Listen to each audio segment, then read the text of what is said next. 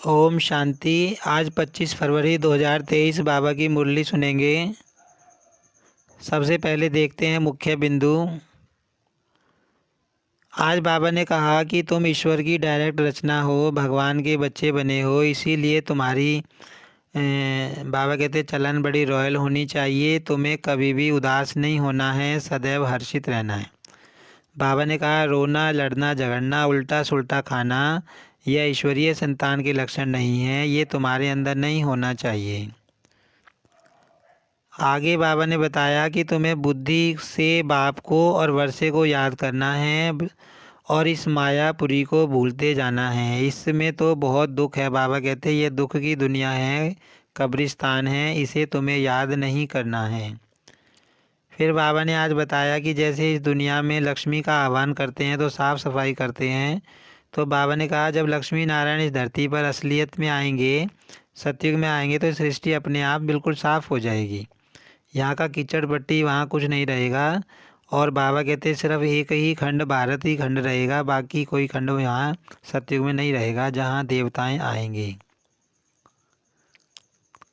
फिर बाबा ने वरदान में बताया कि तुम्हें एक का पाठ पक्का करना है। एक का पाठ में बाबा ने बताया कि तुम्हें एक पर भरोसा रखना है, एक बल एक भरोसा बनना है, एक मत होकर रहना है, एक रस अवस्था बनानी है, एकता से साथ रहना है और एक के अंत में खोए रहना है, माना एकांत प्रिय बनना है। तो बाबा ने कहा तुम्हें एक का पाठ पक्का करना है, तो जिससे तुम विशेष आत्मा बन जाओगे और तुम्हें कोई मुश्किल अनुभव नहीं होगी। शांति। अब सुनते हैं मुरली विस्तार से। आज की मुरली का सार है मीठे बच्चे, श्री श्री की श्रेष्ठ मत पर चलने से ही तुम नर से श्री नारायण बनेंगे, निश्चय में ही विजय है। बाबा कह रहे हैं कि नर से श्री नारायण तुम बाबा की श्रीमत पर चलकर बनोगे, श्री श्री की श्रेष्ठ मत पर चलकर बनोगे। और बाबा ने कहा निश्चय है तभी तुम्हारी विजय होगी, निश्चय में ही विजय है। आज की मुरली में प्रश्न है ईश्वर की डायरेक्ट रचना में कौन सी विशेषता अवश्य होनी चाहिए। अब हम बच्चे बाबा की डायरेक्ट रचना हैं, तो बाबा कहते हम बच्चों में कौन सी विशेषता होनी चाहिए, ये बाबा बता रहे हैं। उत्तर है सदा हर्षित रहने की, ईश्वर की रचना के मुख से सदैव ज्ञान रतन निकलते रहें। अब बाबा ने पहली बात तो बताई कि सदा खुश रहने की, ये बाबा के बच्चे सदा खुश रहने चाहिए। और दूसरा बाबा बता रहे हैं कि उनके मुख से ज्ञान रतन निकलने चाहिए। चलन बड़ी रॉयल चाहिए, बाप का नाम बदनाम करने वाली चलन ना हो। रोना, लड़ना, झगड़ना, उल्टा सुल्टा खाना यह ईश्वरीय संतान के लक्षण नहीं। अब बाबा बता रहे हैं कि तुम्हारी चलन रॉयल होनी चाहिए और तुम्हारा कोई भी काम ऐसा नहीं होना चाहिए जिससे बाबा का नाम बदनाम हो। और बाबा ने कहा उल्टा सुल्टा खाना, लड़ना झगड़ना, रोना ये बाबा के बच्चों का काम नहीं है, ईश्वरीय संतान के लक्षण बाबा ने कहा नहीं है।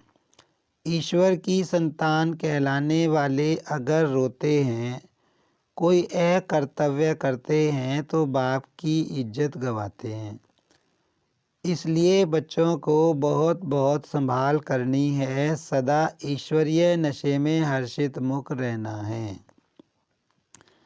बाबा कहते हैं बच्चों को अपनी संभाल रखनी है, संभाल करनी है, चलन अपनी रॉयल रखनी है और हमेशा नशा रखना है कि हम ईश्वरीय संतान हैं। और बाबा कहते हैं यह नशा रखते हुए सदा हर्षित मुख रहना है, खुश रहना है। ओम शांति। बच्चों का मुखड़ा देखना पड़ता है, यह कोई साधु संत नहीं, बाप दादा और बच्चे हैं। इसको कहा जाता है ईश्वरीय कुटुंब परिवार। अब बाबा कह रहे हैं कि यह तो परिवार है, यहाँ पर बाप और बच्चे बैठे हैं, ईश्वरीय परिवार है। ईश्वर यानी परम पिता, जिनका बच्चा है यह ब्रह्मा। फिर तुम हो ब्रह्मा कुमार कुमारियाँ, वह है वर्ल्ड का फादर। यूँ सारी दुनिया के 3 फादर तो होते ही हैं। एक निराकार बाप, दूसरा प्रजापिता ब्रह्मा, तीसरा फिर लौकिक बाप। अब बाबा बता रहे हैं कि सबके 3 पिता होते हैं। 3 पिता कौन से होते हैं? एक तो हमारे शरीर वाला पिता होता है, एक ब्रह्मा बाबा और एक पारलौकिक निराकार शिव बाबा। परंतु यह किसी को भी पता नहीं है। चित्र आदि भी बनाते हैं, लेकिन जानते नहीं कि यह कब आए थे। शिव का भी चित्र है, ब्रह्मा विष्णु शंकर का भी चित्र है, परंतु वह क्या पार्ट बजाते हैं, उन्हों का नाम क्यों गाया जाता है, यह कोई भी नहीं जानते। अब बाबा कहते हैं शिव का भी चित्र है और चित्र तो सभी के हैं, लेकिन उनका पार्ट क्या है, बाबा कहते हैं इसके बारे में कोई जानता नहीं है। भल बहुत पढ़े हुए हैं, लाखों की संख्या लेक्चर सुनने जाती है, परंतु तुम बच्चों के आगे जैसे कुछ भी नहीं जानते। बाबा कह रहे हैं कि भले कितना ही ज्ञान सुन रही हो आत्माएं दुनिया वाली, कितने ही लेक्चर सुन रही हो, लेकिन बाबा के बच्चों को जो ज्ञान है वो तो उनको नहीं है। बिल्कुल ही तुच्छ बुद्धि हैं। बाबा आकर तुमको स्वच्छ बुद्धि बनाते हैं। बाबा हमको हमारी बुद्धि को कैसा बना रहा है? स्वच्छ बना रहा है, साफ बना रहा है। तुम सब कुछ जानते हो, ऊंचते ऊंच बाप है, अब नई रचना रच रहे हैं। नई दुनिया में नई रचना चाहिए ना। गांधी जी भी कहते थे नई दुनिया नया राज्य चाहिए। भारत ही है जिसमें एक राज्य सतयुग में होता है, सिर्फ सूर्यवंशी लक्ष्मी नारायण का राज्य होता है। फिर चंद्रवंशी का राज्य होता है तो सूर्यवंशी प्राय लोप हो जाता है, फिर कहा जाता है चंद्रवंशी राज्य। अब बाबा बता रहे हैं कि धरती पर एक राज्य था। ऐसा समय था जब यहाँ पर एक राजा का राज चलता था, एक छत्र राज्य था, सूर्यवंशियों का राज्य था। फिर बाबा ने बताया कि सतयुग में तो सूर्यवंशियों का राज रहता है, फिर त्रेता में आ जाता है चंद्रवंशियों का, फिर कहा जाता है चंद्रवंशी राज्य। हाँ, वह जानते हैं कि लक्ष्मी नारायण होकर के गए हैं, परंतु कहलाएगा राम सीता का राज्य है। तो राम सीता दूसरे युग में ही हुए तो चंद्रवंशी हुए। तो ब्रह्मा कोई क्रिएटर नहीं है, रचयिता एक बाप है। शिव बाबा रचता आते हैं, आकर बताते हैं कि मैं कैसे नई रचना रच रहा हूँ। ब्रह्मा द्वारा तुम ब्राह्मणों को रच रहा हूँ, तो बाप से जरूर वर्षा मिलना चाहिए।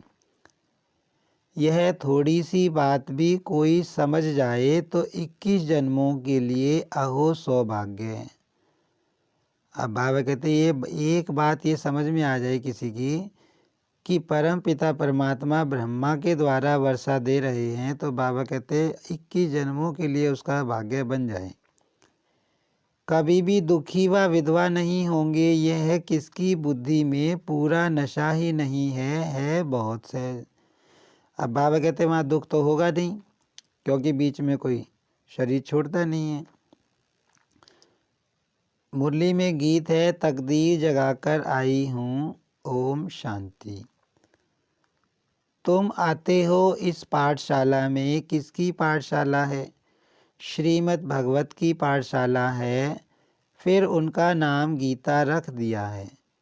श्रीमद् श्रेष्ठ ते श्रेष्ठ परमात्मा की है, वह अपने बच्चों को श्रेष्ठ मत दे रहे हैं।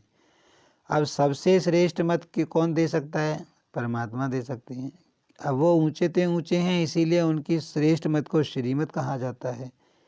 आगे तो तुम रावण की आसुरी मत पर चलते आए हो, अब ईश्वर बाप की मत मिलती है। मैं सिर्फ तुम्हारा बाप नहीं हूँ, तुम्हारा बाप भी हूँ, टीचर भी हूँ, सतगुरु भी हूँ।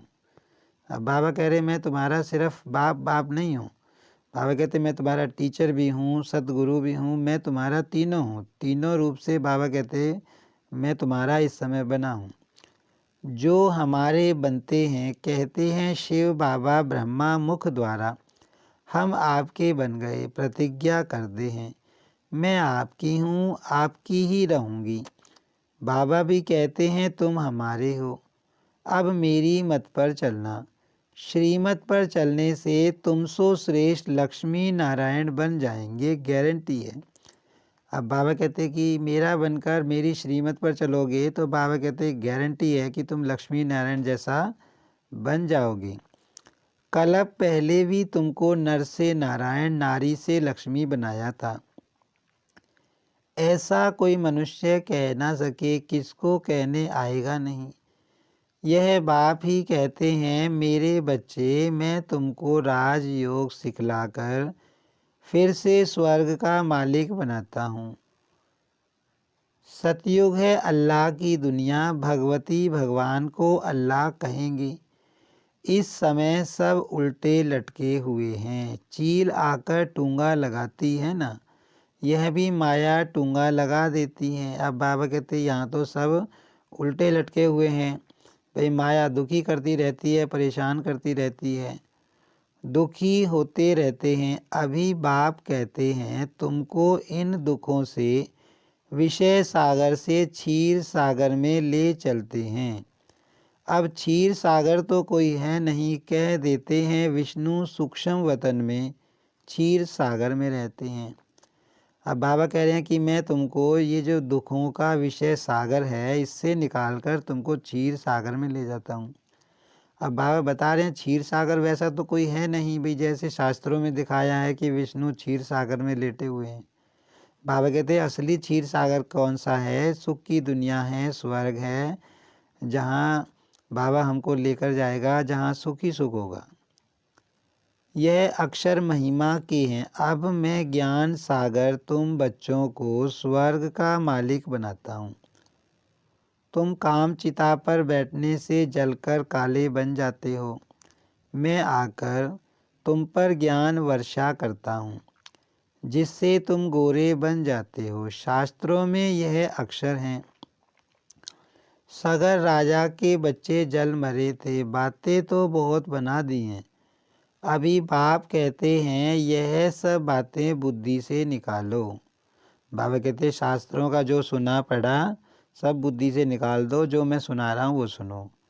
अब मेरी सुनो, संशय बुद्धि विनशंति। बाबा कहते हैं अगर डाउट होगा, अगर पूरा निश्चय नहीं होगा कि बाबा ही भगवान है, भाई भगवान वास्तव में आया हुआ है, भगवान का कार्य चल रहा है, बाबा कहते हैं अगर डाउट होगा तो फिर सफल कैसे होंगे।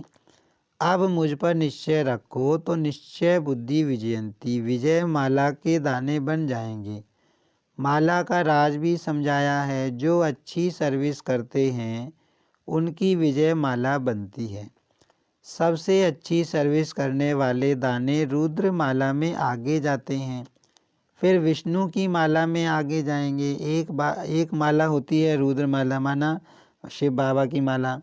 तो बाबा कहते हैं जो बाबा के बच्चे हैं, अच्छी सेवा करते हैं, सेवाधारी हैं, तो वो उस माला में जाएंगे। उस माला में आगे जाके माला का दाना बनेंगे।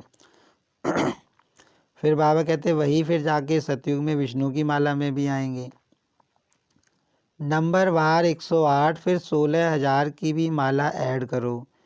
ऐसे नहीं, सतयुग त्रेता में सिर्फ 108 ही प्रिंस प्रिंसेस होंगे। वृद्धि होते माला बढ़ती जाती है। प्रजा की वृद्धि होगी तो जरूर प्रिंस प्रिंसेस की भी वृद्धि होगी। बाप कहते हैं कुछ भी नहीं समझो तो पूछो। हे मेरे लाडले बच्चे, मुझे जानने से तुम सृष्टि झाड़ को जान जाएंगे। यह झाड़ कब पुराना नहीं होता है, भक्ति मार्ग कब शुरू होता है यह तुम जानते हो। यह है कल्प वृक्ष, नीचे कामधेनु बैठी है, जरूर उनका बाप भी होगा। अभी तुम भी कल्प वृक्ष के तले में बैठे हो, फिर तुम्हारा नया झाड़ शुरू हो जाएगा। अभी बाबा कहता है ना कि तुम कल्प वृक्ष के नीचे बैठे हो, माना हम तपस्या कर रहे हैं, बाबा को याद करने की तपस्या कर रहे हैं। तो बाबा कहता है प्रजा तो लाखों की अंदाज में बन गई और बनती जाएगी, बाकी राजा बनना यह जरा मुश्किल है। इसमें भी साधारण गरीब उठते हैं। अब बाबा बता रहा है कि प्रजा तो कोई भी आत्मा थोड़ा सा ज्ञान सुनेगी वो भी प्रजा में चली जाएगी। बाबा कहते प्रजा तो लाखों में बनेगी, लेकिन मेहनत जरा किस में है, राजा बनने में मेहनत है। तो बाबा कहते इसमें भी साधारण आत्माएं ही बाबा का ज्ञान पूरा उठाती हैं। बाबा कहते हैं गरीब निवाज मैं हूँ, दान भी गरीब को दिया जाता है। अहिल्याएं कुब्जाएं पाप आत्माएं जो हैं, ऐसे ऐसे को मैं आकर वरदान देता हूँ। तुम एकदम सन्यासियों को भी बैठ ज्ञान देंगे। ब्राह्मण बनने बगैर देवता कोई भी बन ना सके। जो देवता वर्ण के थे वह ब्राह्मण वर्ण में आए, तब फिर देवता वर्ण में जा सकें। अब बाबा कह रहे हैं कि देवता बनने के लिए ब्राह्मण जरूर बनना पड़े। तुम मात पिता गाते तो सब हैं, परंतु अब तुम प्रैक्टिकल में हो। यह है ब्राह्मणों की नई रचना, ऊंचते ऊंच चोटी ब्राह्मण, ऊंचते ऊंच भगवान, फिर ईश्वरीय संप्रदाय। तो तुमको इतना नशा रहना चाहिए। बाबा कहते तुमको नशा रहना चाहिए कि हम भगवान के बच्चे हैं, ईश्वरीय संतान हैं, ईश्वरीय कुल के हैं। बाबा कहते तुमको ईश्वरीय नशा रहना चाहिए। हम ईश्वर के पोत्रे पोत्रियां प्रजापिता के बच्चे हैं। अब ईश्वर के बच्चे तो सदैव हर्षित रहने चाहिए, कभी रोना नहीं चाहिए। यहाँ बहुत ब्रह्मा कुमार कुमारियाँ कहलाने वाले भी रोते हैं, खास कुमारियाँ, पुरुष रोते नहीं हैं। तो रोने वाले नाम बदनाम कर देते हैं। अब बाबा बता रहा है कि तुम भगवान के बच्चे बन गए, भगवान मिल गया, उससे बड़ी प्राप्ति तो कोई हो नहीं सकती। सर्वशक्तिमान बाप मिल गया। तो बाबा कहते भगवान के बच्चे रो थोड़ी ना सकते हैं, रो नहीं सकते, लेकिन बाबा कहते कुछ बच्चे रोते हैं। तो रोने वाले नाम बदनाम कर देते हैं। बाबा कहते कि तुम्हें रोना नहीं है, तुम भगवान के बच्चे हो, तुम्हें खुश रहना है हमेशा। वह माया के मुरीद देखने में आते हैं, शिव बाबा के मुरीद नहीं देखने में आते। बाबा अंदर में तो समझते हैं, परंतु बाहर से थोड़े ही दिखलाएंगे, नहीं तो और ही गिर पड़े। बाबा कहते अपनी संभाल करो। भाई बाबा का कहने का भाव क्या है कि हमें स्मृति रखनी है, हमें याद रखना है, अपना स्वमान याद रखना है। मैं कौन हूँ? मैं भगवान का बच्चा हूँ, मैं सर्वशक्तिमान का बच्चा हूँ। और जब मेरे साथ सर्वशक्तिमान है तो माया मुझे डिस्टर्ब नहीं कर सकती, मुझे हलचल में नहीं ला सकती। बाबा कहते ऐसे ऐसे स्मृतियाँ लाकर जो तुम्हें मजबूत बनना है, अपनी संभाल करनी है, दुखी परेशान नहीं होना। बाबा कहते संगम युग है, बाबा मिला है तो अब किस बात की चिंता है। बाबा कहता संगम युग तो मौजों का युग है, तो इसमें तुम्हें मूंझने की ज़रूरत नहीं है। कि सतगुरु की निंदा कराने वाला कभी ठौर नहीं पाएगा, वह समझ लेवे हम राजगद्दी कभी नहीं पाएंगे। अब बाबा बता रहा है कि जो रोएगा वो राजगद्दी नहीं पाएगा, जो खुश रहेगा वो राजगद्दी पाएगा। तुम्हें तो सदैव हर्षित रहना चाहिए। जब तुम यहाँ हर्षित रहेंगे तब 21 जन्म हर्षित रहेंगे। बाबा कहते जो तुम यहाँ खुश रहोगे, तुम्हारे चेहरे पर मुस्कुराहट रहेगी हमेशा, तो तभी तो तुम वहाँ जाकर हर्षित मुख रहोगे। अब देवी देवताओं की जितनी भी फ़ोटो या मूर्तियाँ देखते हैं तो उनके चेहरे पर हल्की सी मुस्कुराहट होती है, तो वही तो बाबा कहते हर्षितपना तुम्हारे अंदर अभी होना चाहिए। भाषण करना कोई बड़ी बात नहीं, वह तो बहुत सहज है। श्री कृष्ण जैसा बनना है तो अभी सदा हर्षित मुख रहो और मुख से रतन निकलते रहें। अब बाबा कहते ज्ञान तो कोई भी सुना सकता है, हर्षित भाई बाबा कहते भाषण तो कोई भी कर सकता है, लेकिन हमेशा हर्षित मुख कौन सी आत्मा रह सकती है? हमेशा हर्षित मुख आत्मा वही रह सकती है जो बाबा से खूब योग लगाती है, जो बाबा को पूरा याद करती है। बाबा को पूरा याद करेगी तो चार्जिंग होगी, चार्जिंग होगी तो आत्मा शक्तिशाली बनेगी, शक्तिशाली बनेगी तो कैसी भी माया आएगी उसको डिस्टर्ब नहीं करेगी, और डिस्टर्ब नहीं करेगी तो वो हमेशा खुश रहेगी। भाई कोई आत्मा डिस्टर्ब क्यों होती है, कोई आत्मा मूंझती क्यों है, हलचल में क्यों आती है? उसका कारण है आत्मा कमज़ोर है। आत्मा को शक्ति नहीं मिली बाबा से, परम शिव बाबा से चार्जिंग नहीं हो रही है। तो बाबा कहते हैं कि जो हर्षित रहना हमेशा, ये मतलब ये मेहनत का काम है ना। भाषण देना, ज्ञान सुनाना किसी को, भाई बाबा की मुरली पढ़ के कोई भी किसी को सुना सकता है, लेकिन अंदर में हम कितना मजबूत बने हैं, ये बाबा कह रहे हैं। और दूसरी बात बाबा कह रहा है कि तुम्हें मुख से ज्ञान रतन ही निकालने हैं। तुम्हारे मुख से कभी भी जो है कड़वे वचन नहीं निकलने चाहिए जो दूसरों को दुख दें। मुझ आत्मा को परम पिता परमात्मा का धन मिला है, जो मुझ आत्मा में धारण होता है, सो मैं अपने मुख से दान करता जाता हूँ। जैसे बाबा शरीर का लोन ले दान करते रहते हैं, ऐसी अवस्था चाहिए। बाबा बाहर से भल प्यार देते हैं, परंतु देखते हैं इनकी चलन बदनामी करने वाली है, तो दिल में रहता है यह ठौर नहीं पा सकेंगे। बाबा को उल्हने भी मिलते हैं, ईश्वरीय संतान फिर रोते क्यों? आबरू तो यहाँ ईश्वर की जाएगी ना। रोते हैं, झगड़ते हैं, उल्टा सुल्टा खाते हैं। देवताएं रोते तो भी और बात, यह तो डायरेक्ट ईश्वर की संतान रोते हैं, तो क्या गति होगी? अब बाबा बता रहे हैं कि तुम हो डायरेक्ट रचना, भगवान ने तुम्हें डायरेक्ट रचा है, तुम भगवान के डायरेक्ट रचना हो। बाबा कहते हैं सतयुग में भी देवी देवताओं को यह पता नहीं रहेगा कि हम भगवान के बच्चे हैं। भगवान से मिलना, भगवान के बच्चे बनने का अनुभव करना, भगवान से शक्ति लेना, ये सब काम इसी समय हो रहा है। तो बाबा कहते हैं कि भगवान के बच्चे उल्टा सुल्टा बोलना, लड़ना झगड़ना, उल्टा सुल्टा खाना, बाबा कहते हैं ये भगवान के बच्चों को शोभा नहीं देता, ये बाबा के बच्चे नहीं कर सकते। ऐसा अकर्तव्य कार्य नहीं होना चाहिए जो बाप की आबरू गवाओ। हर बात में संभाल चाहिए, तुमको ईश्वर पढ़ाते हैं।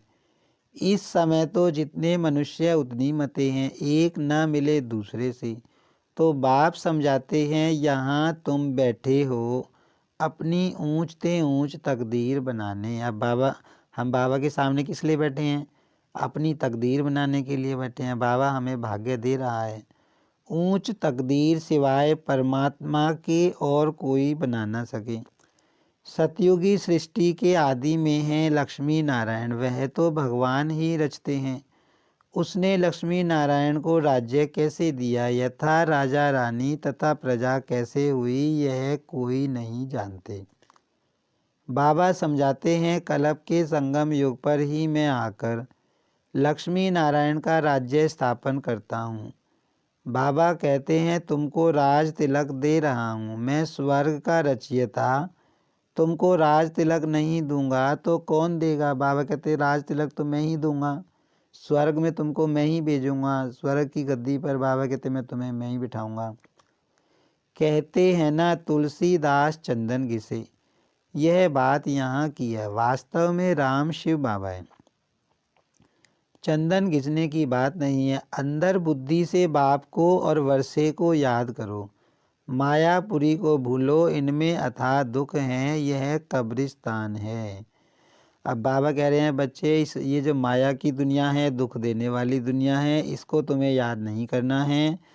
तुम्हें अंदर में बुद्धि से एक तो शिव बाबा को याद करना है, और एक जो शिव बाबा से वर्षा मिला है उसको याद करना है। मीठे बाबा और मीठे सुख धाम को याद करो, यह दुनिया तो ख़त्म होनी है। विदेशों में तो बॉम्ब आदि गिराएंगे तो सब मकान गिर जाएंगे, सबको मरना है, कीचड़ पट्टी खलास होनी है। देवताएं कीचड़ पट्टी में नहीं रहते हैं। बाबा कहते हैं वो दुनिया जो आएगी वो तो बहुत सुंदर दुनिया आएगी, इस दुनिया के शरीर थोड़े ही ना वहाँ पे रहेंगे। तो बाबा कहते हैं यहाँ का सब कुछ यहीं ख़त्म हो जाएगा, विनाश होएगा। तो लक्ष्मी का आह्वान करते हैं तो सफाई आदि करते हैं ना। अब लक्ष्मी नारायण आएंगे तो सारी सृष्टि साफ हो जाएगी और सब खंड खत्म हो जाएंगे। बाबा कहते जब लक्ष्मी नारायण धरती पर आएंगे तो बिल्कुल साफ सुंदर दुनिया हो जाएगी। फिर देवताएं आएंगे, वह आकर अपने महल बनाएंगे। बॉम्बे इतनी थी नहीं, गावड़ा था, अब देखो क्या बन गया है। तो फिर ऐसा होगा और खंड नहीं रहेंगे। बाबा कहते सतयुग में और खंड तो नहीं रहेंगे, भारत अविनाशी खंड है, वही रहेगा बस। सतयुग में खारे पानी पर गांव नहीं होते हैं, मीठी नदियों पर होते हैं। फिर धीरे धीरे वृद्धि को पाते हैं। मद्रास आदि होते नहीं, वृंदावन गोकुल आदि नदियों पर रहते हैं। वैकुंठ के महल वहाँ दिखाते हैं। अब बाबा बता रहे हैं कि वहाँ पर महल बनाएंगे, देवी देवता रहेंगे तो नदियों के किनारे रहेंगे। तुम जानते हो हम यहाँ आए हैं नर से नारायण बनने। सिर्फ मनुष्य से देवता भी नहीं कहो, देवताओं की तो राजधानी है ना। हम आए हैं राज्य लेने, इसको कहा ही जाता है राजयोग। बाबा हमको राजयोग सिखा रहा है, माना ऐसा योग जिससे हम राजाओं के राजा बनते हैं। यह कोई प्रजा योग नहीं है। हम पुरुषार्थ करके बाप से सूर्यवंशी राज्य लेंगे। बच्चों से रोज पूछना चाहिए कि कोई भूल चूक तो नहीं की, किसको दुख तो नहीं दिया, डिस सर्विस तो नहीं की, थोड़ी सर्विस में थक नहीं जाना चाहिए। पूछना चाहिए सारा दिन क्या किया, झूठ बोलेंगे तो गिर पड़ेंगे। शिव बाबा से कुछ छिप न सकी, ऐसा मत समझना कौन देखता है। बाबा कहते हैं भी ऐसे मत समझना कि कौन देखता है, बाबा को तो सब पता रहता है। शिव बाबा तो झट जान जाएगा, मुफ्त अपनी सत्यानाश करेंगे। सच बताना चाहिए, तभी सतयुग में नाच करते रहेंगे। सच तो बीठो नच, खुशी में बहुत हर्षित मुख रहना चाहिए। अब बाबा कहते हैं यहाँ पर तुम्हें साफ दिल बनना है, बाबा से कोई बात छिपानी थोड़ी ना है। फिर बाबा ये भी कहता है कि भाई ऐसे भी नहीं सोचना कि हमें बताने की क्या ज़रूरत है, बाबा को सब अपने आप पता चल जाता है। बाबा कहते हैं ऐसे नहीं माना जाएगा, तुम्हें बताना पड़ेगा, मन मन में बैठ के, योग में बैठ के बाबा को सारी बातें बतानी पड़ेंगी। बाबा कहते तब माना जाएगा। तो बाबा कहते सच्चाई और सफाई वाली आत्मा बाबा कहते मुझे प्रिय है। देखो स्त्री पुरुष हैं, एक के सौभाग्य में स्वर्ग की बादशाही हो, दूसरे के भाग्य में नहीं भी हो सकती है। कोई का सौभाग्य है जो दोनों हथियाला बांधते हैं, हम ज्ञान चिता पर बैठ इकट्ठे जाएंगे। तुम बच्चे जगदम्बा माँ की बायोग्राफी को जानते हो, और कोई 84 जन्म मानेंगे नहीं, उनको भुजाएं बहुत दे दी हैं। तो मनुष्य समझेंगे यह तो देवता है, जन्म मरण रहित है। अरे चित्र तो मनुष्य का है ना, इतनी बाहें तो होती नहीं। विष्णु को भी 4 भुजाएं दिखाते हैं प्रवृत्ति को सिद्ध करने के लिए। अब बाबा कहते हैं ब्रह्मा की इतनी भुजाएं थोड़ी ना है, और विष्णु की भी इतनी भुजा दिखाते हैं, वो प्रवृत्ति को सिद्ध करने के लिए दिखाते हैं। यहाँ तो 2 भुजाएं ही होती हैं। मनुष्यों ने फिर नारायण को 4 भुजा, लक्ष्मी को 2 भुजाएं दी हैं। कहाँ फिर लक्ष्मी को 4 भुजाएं दी हैं। नारायण को सांवरा, लक्ष्मी को गोरा बना दिया है। कारण का कुछ भी पता नहीं पड़ता। तुम अभी जानते हो देवताएं जो गोरे थे, द्वापर में आकर जब काम चिता पर बैठते हैं तो आत्मा काली बन जाती है। अब बाबा बता रहे हैं कि जो आत्मा गोरी होती है सत्युग में, वही तो काली बन जाती है, पतित बन जाती है। फिर बाप आकर उन्हें काले से गोरा बनाते हैं। अच्छा मीठे मीठे सिक्की लदे बच्चों प्रति मात पिता बाप दादा का याद प्यार और गुड मॉर्निंग। रूहानी बाप की रूहानी बच्चों को नमस्ते। हम रूहानी बच्चों की रूहानी बाप दादा को याद प्यार और नमस्ते। धारणा के लिए मुख्य सार है, मीठे बाबा और मीठे सुख धाम को याद करना है, इस मायापुरी को बुद्धि से भूल जाना है। बाबा कहते कि मीठे बाबा को याद करना है, मीठे स्वर्ग को याद करना है। और बाबा कहते तुम्हें इस माया की दुनिया को याद नहीं करना, ये माया की दुनिया दुख देने वाली है, इसको याद नहीं करना। भले रहना इसमें है, लेकिन याद शिव बाबा को करना है। सेवा में कभी थकना नहीं है, विजय माला में आने के लिए अथक हो सेवा करनी है। बाबा कहते सेवा में थकना नहीं है। शिव बाबा से सच्चा रहना है, कोई भूल चूक नहीं करनी है और किसी को दुख नहीं देना है। आज की मुरली में वरदान है, एक के पाठ द्वारा निराकार आकार को साकार में अनुभव करने वाले वरदानी मूरत भव। सिर्फ एक का पाठ पक्का करके वरदाता को राजी कर लो तो अमृत वेले से रात तक हर दिनचर्या के कर्म में वरदानों से ही पलते चलते उड़ते रहेंगे। वह एक का पाठ है, एक बल, एक भरोसा, एक मत, एक रस, एकता और एकांत प्रिय। यह एक शब्द ही बाप को प्रिय है। जो इस एक का पाठ पक्का कर लेते हैं उन्हें कभी मुश्किल का अनुभव नहीं होता। ऐसी वरदानी आत्मा को विशेष वरदान प्राप्त होता है, इसलिए वे निराकार आकार को जैसे साकार अनुभव करते हैं। देखो बाबा ने क्या कहा, बाबा कहता है एक का पाठ पक्का करो। एक का पाठ का मतलब क्या है? पहली बात बाबा ने बताई, एक बल एक भरोसा। इसका मतलब क्या है कि हमारा सिर्फ बाबा के ऊपर भरोसा होना चाहिए। जब भी हम किसी मुसीबत में हों या कोई परेशानी हो तो हमें सिर्फ बाबा का सहारा ढूंढना चाहिए। सबसे पहले मदद हमें बाबा से लेनी चाहिए योग में बैठकर। ऐसे नहीं कि सब देहधारियों के पास जाए, कहीं से मदद मिली नहीं, फिर बाबा के पास आए लास्ट में। तो बाबा कहते एक बल एक भरोसा, एक के ऊपर भरोसा होना चाहिए, डाउट नहीं होना चाहिए कि बाबा है भी या नहीं, भगवान है भी या नहीं, बाबा से कहूँ तो बाबा मदद करेंगे या नहीं करेंगे। पहले देहधारियों रिश्तेदारों के पास, पड़ोसियों के पास जाया हूँ। बाबा कहते ऐसा नहीं होना चाहिए, तुम्हें एक बल एक भरोसा होकर रहना है। फिर बाबा कहते एक मत होकर रहना है। जो बाबा की श्रीमत है उस पर मिलकर रहना है। सबको एक मत होकर रहना है, बाबा के बच्चों को। एक रस, बाबा कहते पुरुषार्थ तुम्हारा एक रस वाला होना चाहिए। एकता और एकांत प्रिय है, और एकता में रहना है और एकांत प्रिय रहना है। माना एक के अंत में खोए रहना है। माना शिव एकांत की बाबा परिभाषा बताते हैं कि दुनिया वाले तो एकांत की परिभाषा क्या कहते हैं कि भाई अकेले में जाके बैठ गए, कोई बात करने वाला नहीं है, उसको एकांत कहते हैं। लेकिन बाबा कहता है एकांत का मतलब है एक के अंत में खोए रहना, शिव बाबा की याद में खोए रहना, जैसे कि ये दुनिया बिल्कुल भूल जाए।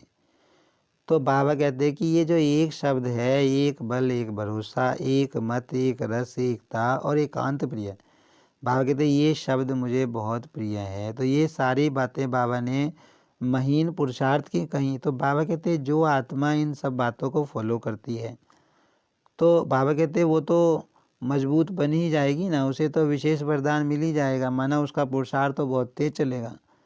तो ऐसी आत्मा को बाबा कहते क्या अनुभव होता है कि जैसे बाबा मेरे साथ बिल्कुल साथ साथ चल रहा है, मेरे साथ साकार में है बाबा, ऐसा महसूस होता है। उस आत्मा को ऐसे महसूस नहीं होगा कि बाबा दिखाई नहीं दे रहा, बाबा मेरे पास है कि नहीं है। बिल्कुल ऐसे महसूस होगा जैसे कि कोई देहधारी हमारे साथ बैठा होता है, चल रहा होता है। ऐसे महसूस होगा कि शिव बाबा मेरे साथ हर घड़ी है। तो ये बात बाबा कहते हैं कि वो निराकार आकार को भी साकार में अनुभव करेंगे, माना महसूस करेंगे, बाबा को फील करेंगे। आज की मुरली में स्लोगन है, किसी से किनारा करके अपनी अवस्था बनाने की बजाय सर्व का सहारा बनो। तो बाबा ने देखो कितनी इम्पोर्टेंट बात कही। बाबा कहते किनारा नहीं करना किसी से। किनारा का मतलब क्या है कि किसी ने हमको कोई बात चुभती हुई कह दी तो हमने उसे किनारा कर लिया, उसे बोलना बंद कर दिया। मन में हमने विचार कर लिया कि ये तो हमसे ढंग से बात करता नहीं, हम आगे से इसे बोलने वाले नहीं, इसकी शक्ल भी नहीं देखेंगे, है ना। उससे रूठे रूठे रहना, जैसे ही वो सामने आ जाए अपना मुंह छिपा लेना, ऐसे दिखाना कि जैसे हमने उसको देखा ही नहीं। ये होता है किनारा करना, जिसको बाबा कहता है लून पानी होना। तो बाबा कहते तुम्हें लून पानी नहीं होना, तुम्हें किनारा नहीं करना किसी से। बाबा कहते किनारा करने की बजाय तुम्हें सबका सहारा बनना है। बाबा कहते तुम्हें किसी से किनारा नहीं करना, किसी की बात का बुरा नहीं मानना, भाई बाबा ये बात पहले बता चुका है कि किसी की बात का तुमने बुरा मान लिया, इसका मतलब क्या है कि तुमने दुख ले लिया। अब बाबा हमेशा कहता है कि दुख तुम्हें ना तो देना है ना दुख लेना है। तो बाबा के बच्चे बाबा कहते हैं तुम दुख नहीं ले सकते। अगर तुम्हें किसी की बात ज़रा भी फील होती है तो इसका मतलब है तुमने दुख ले लिया, बाबा की श्रीमत को फॉलो नहीं किया। और कोई भी आत्मा किनारा तब करती है जब उसकी किसी की बात उसको बुरी लग जाती है, नहीं तो किनारा करे ही नहीं। और दूसरा आज भी बाबा ने बताया कि तुम्हें हर्षित मुख रहना है। भाई बाबा कहते तुम्हें अपना स्लोगन याद रखना है, मैं ईश्वरीय संतान हूँ, मुझे भगवान मिला है, मुझे हमेशा खुश रहना है, मुझे हमेशा हर्षित मुख रहना है, मुझे किसी से किनारा नहीं करना है, मुझे हमेशा सुख की लेन देन करनी है। तो बाबा कहते ये स्वमान तुम्हें याद रखना है। भगवान के बच्चे कभी रो नहीं सकते, ये पाठ पक्का करना है। ओम शांति।